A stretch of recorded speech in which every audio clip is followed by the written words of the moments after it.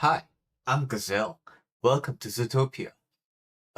This is one of my favorite lines in the Disney movie Zootopia, which happens to be one of my favorite Disney films as well. And 9 years later, after Zootopia 1, we have Zootopia 2. And I quit my Disney job in July. So this is the first time I'm seeing a Disney movie not as an employee. So I thought it would bring some feelings, but it really didn't. But anyway, uh, Zootopia 1 was a really wonderful movie that actually really inspired me to submit a job application to Disney. And I really resonate the core message of try everything that resonated really well with me at the time because I found myself constantly giving up and I found myself constantly wanting to get an easier way out. And so, after a long period of time living life like that, watching Judy, the rabbit, trying to be a police officer while trying everything, that was really inspiring to me. And that led me to a nice, wonderful career at Disney. And here I am with the sequel to the movie Zootopia 2.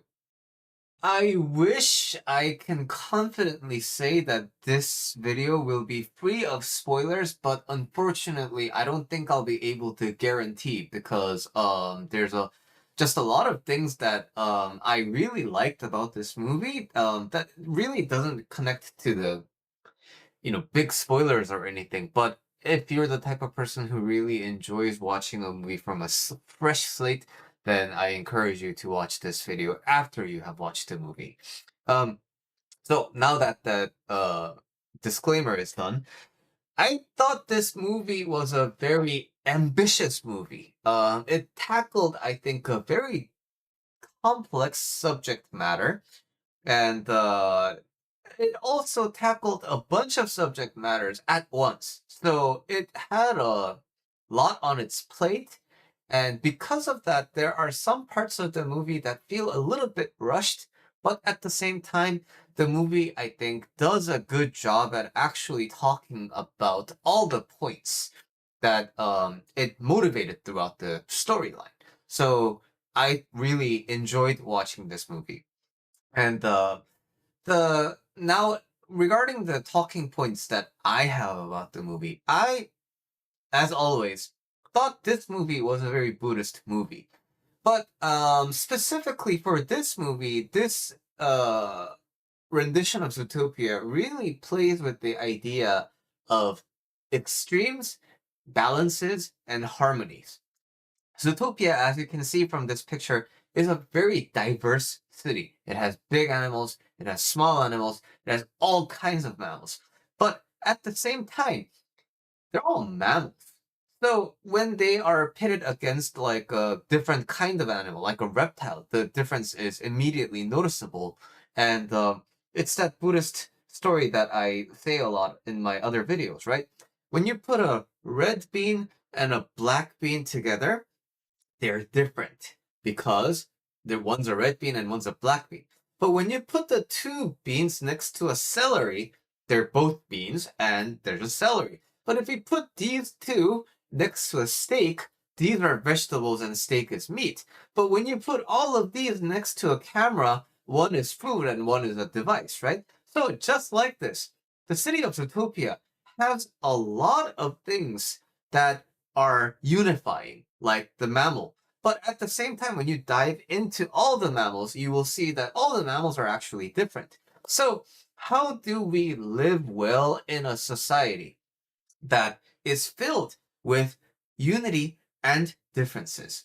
Because unity is good, but at the same time, unity can be oppressive because what if I am feeling different from the united consensus?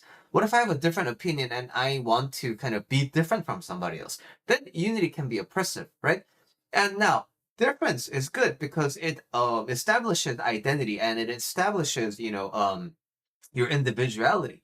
But when everything is different, then you can't really have any kind of consensus on anything, and society won't be able to really function, right? So, what we have to realize is always we are in the interplay of being different from each other and at the same time being one with each other. And this is a pretty complex concept, but the movie explores this really well, although indirectly. The central concern of this movie, in terms of binary and differences, is how we approach life. Now, this is actually a spoiler. Judy is a very try-hard kind of a person slash rabbit. Judy is willing to try everything, and that's a very inspiring quality. But at the same time, when you put that to the extreme, that means she is going to put her life on the line for everything. And that means she can lose her life in over something very trivial. And what's the point of being a police officer if you're dead, right? Nick, on the other hand, is very much a play it safe, play it casual guy who never really likes to take things seriously because he is afraid of feeling big feelings and commitment and things like that, right? So, just like this, you have one person who is overcommitted and you have one person who is undercommitted. Now, the thing is Judy always overcommitted? Not really, but it's just that the storyline requires her to be overcommitted to something because she has something important that she wants to prove. Like the partnership with Nick is gonna be working well. She wants to prove that to the other officers. Now, is Nick always really not serious about things? No, when he's hustling and when he's doing his underworld things, he's actually quite proficient and he takes that kind of stuff very seriously. But because of the story at hand, and more importantly, this applies to both of them, we keep seeing each other from each other's perspective. So, from Nick's perspective, it seems like Judy is always going crazy with the overcommitment.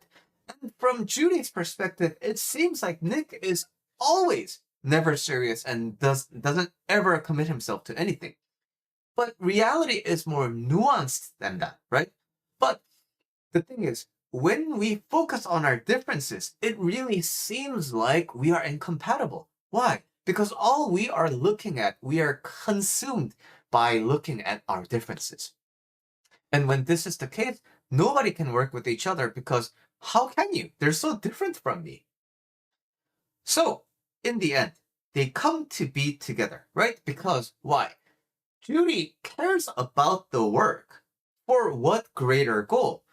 Because it is what will let her prove the partnership with Nick to be valuable, right? She is doing this not for herself specifically in a narrow scope. She is doing this for Nick. And at the same time, Nick is doing this. Nick wants to stay away from danger because he cares about Judy. So, when we focus on the unity, when we focus on what we want to be achieving together, hey, turns out, all that difference aside, what we really want is for us to work really well. And when you focus on that, you can work despite the differences.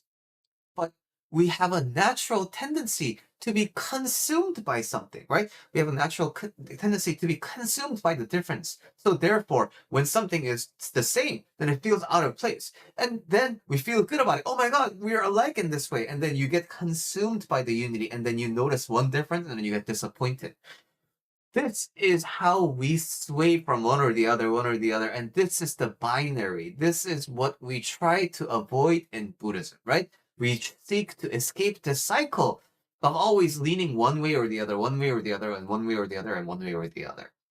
And as such, just looking at these character dynamics, you can see how ambitious this movie is. And on top of that, you have social things like segregation and oppression with the capital, gentrification, and then healthy bouts of racism. And to be completely honest with you, looking at the police force, especially in this time and day, and looking at how it interplays with the power of the city, also driven by capital, I think Zootopia isn't all that different from human society. So it turns out to be a pretty accurate representation of society, and it's a pretty fun one too. And it's what I really liked about this particular version of the movie is that it features a lot more different types of animals, and none of it is wasted. Every time you have a specific animal, there's a gag that's specifically related to that animal. So if there is a sheep in that scene, and if you replace that sheep with something else, it wouldn't really make sense. Like every animal scene is kind of like that, and I really thought, wow, this must have taken some meticulous care, and a lot of Easter eggs if you're a Disney fan too. So that's all really fun to notice. Now, this is something randomly related that I would just like to mention, but it's not really like something about the story. This is just something I found interesting based on my personal experience. So I mentioned frequently that I went to India in January, and something found really fascinating is there's this mound, right? And um when you look at the mound from here, it's just a dirt mound. But when you look at the mound from here, oh, sorry, I didn't. So when you look at the mound from here, it's just a mound. But when you look at the mound from here, you see partly excavated stupas. Stupas are kind of like a Buddhist relics that are meant to commemorate the Buddha. And basically, what happened is it used to be in the past like a full-fledged stupa with lots of it was basically this big structure, right? But over time, the earth settles down, like the entire surface level of the earth, it the entire surface level of the earth descends, and new wind blows, new dust blows, and new dirt comes, and it starts covering the what relic used to be there, right? And so over time, this is a mount for now, but when more time passes, it just becomes this level becomes the new ground level, right? And new buildings will be built on top of this. So it from my perspective, the local children in India, they were playing around this mound, and then they started playing with dirt, and then they found that, hey, there's like bricks underneath here, and then they found out, oh, it's a historical relic. So we're always it's so difficult to kind of think about this stuff, but we're always living with the history underneath our ground level. So much of the stuff like the fossils and the buildings and everything that the past civilizations went through, it's all buried underground. And we think that it's because of some supernatural or like a big earth-shattering event happening, and then everything went to ruins. But it's less of that, but more like time actually settles the earth down, because the mantle, like the earth's core, it actually melts the ground back over a long period of time. And then from what melted emerges like a new mountain, new rock, which erodes with the wind. And that's kind of mind-blowing to think about the earth from that perspective, right? Over it's like tens of and hundreds and thousands years of history of the earth. And the snake village is a great example of that, how we're always living over on top of the past civilizations and what they have achieved. And that was an interesting topic for me because of my Indian travel. But anyway, this is the first Disney film I really enjoyed and liked in a very, very long time. So you're probably not watching this if you haven't watched it yet because of the spoilers. But if you enjoyed watching it, or if you didn't enjoy watching it, I would love to hear your thoughts around why, and we could have a more discussion in the comments below. All right, thanks for watching, and I'll see you in the next video.